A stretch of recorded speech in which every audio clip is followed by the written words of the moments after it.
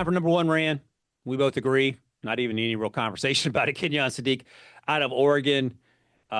You talked about it before the break. Better athlete than Terrence Ferguson, and Terrence Ferguson is a really good athlete, his former teammate at Oregon. And, you watch Terrence Ferguson last draft cycle, and you would see Sadiq flash time and time and time again. I started my notes with this. He's a special team standout, and I typically don't focus on special teams when I start the evaluation process of tight ends in particular. They had him lined up at quarterback. He would throw on extra points from quarterback, threw touchdowns twice on rollout plays. He took a fake punt from the up back position. So he can do a ton of things, and they use that athleticism in many different ways at Oregon. And it seems like he's tight end one now, and it's going to be a Brock Bowers situation where he's going to be tight end one throughout. I don't think he's going to be Brock Bowers, get drafted 13th overall and play like Brock Bowers did as a rookie. But I think I'll ask you this. I'll double down. Is he a better athlete than Brock Bowers?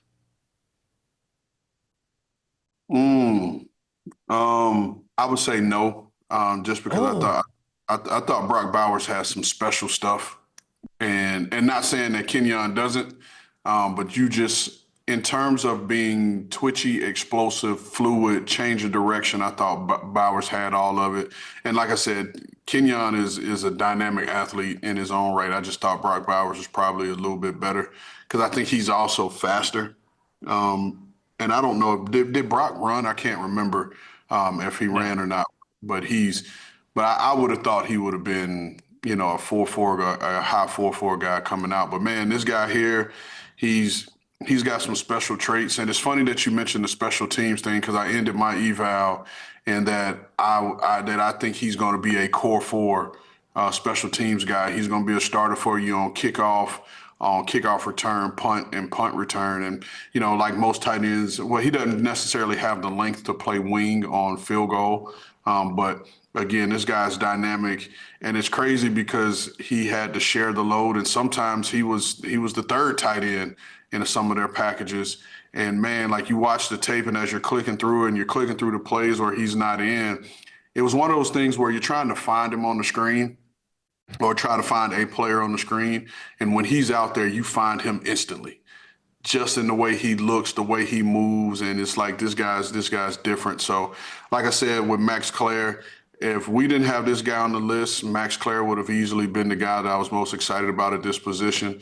But man, like I'm so excited to see him this year, see Kenyon Sadiq this year and what he's going to do. And there's an argument that he may be the best player in the program right now.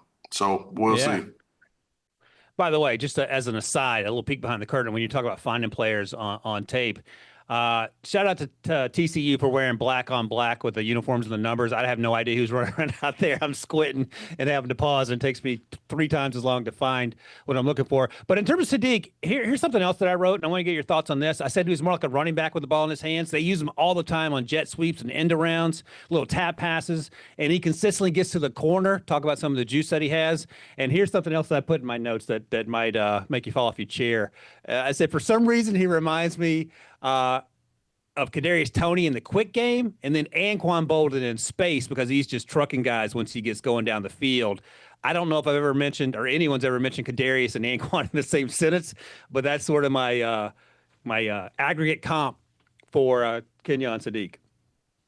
It's funny you say that because Anquan and I, we came out of high school the same year, and we were on a college visit together. And no one thought of Anquan as being a vertical speed guy. His name of his game was obviously the physicality and that stuff, but he had really good change of direction and just being able to stick that foot in the ground. And in Florida, we call it a dub step. And we called it dub after Pete Dub is Peter Ward because that was his calling card, being able to stick that foot in the ground. And both Anquan and Kadarius Toney have that, and so it's funny that you mentioned that. And I get the reference of how you can bring those two together where most may miss it. But man, like this kid, he has a bright future, and I don't know who Oregon's quarterback is going to be this year. But there's going to be so much pressure on that young man to try to figure out how he's going to get this guy the ball and allow this guy to really explode. Yeah, and the other thing is we didn't get an opportunity to talk about Evan Stewart, the wide receiver at Oregon, who returned to school. because he got injured a month or so ago, and his 2025 season is now in doubt. So it could be a situation where we're seeing more of Kenyon than we had originally hoped. The other thing to keep in mind is this. And you obviously know this better than I do. There's some guys we haven't talked about who we haven't watched and probably don't know their names, who are going to end up creeping up on this list as we get through the draft process. Because if I've learned anything from Tyler Warren, who we knew about a year ago, is that if you time it right and you are dominating, people are gonna know who you are. So how was that process? Like how do those guys come on your radar as a GM when you have a million things to concern yourself with? Like Tyler Warren, for example, are you hearing about him in September, October, November during these draft meetings? How does that work? I mean, you have you have your lieutenants, whether it's your VP of personnel, your director of player personnel, your assistant GM. They're in constant communication with the scouts, and you give them the freedom to kind of phone back into the office and let us know guys that they're excited about in their areas, and then you just base it off of knowing who that scout is and their certain level of passion for the guy, and from there you create your own list and you start combing through some of those guys.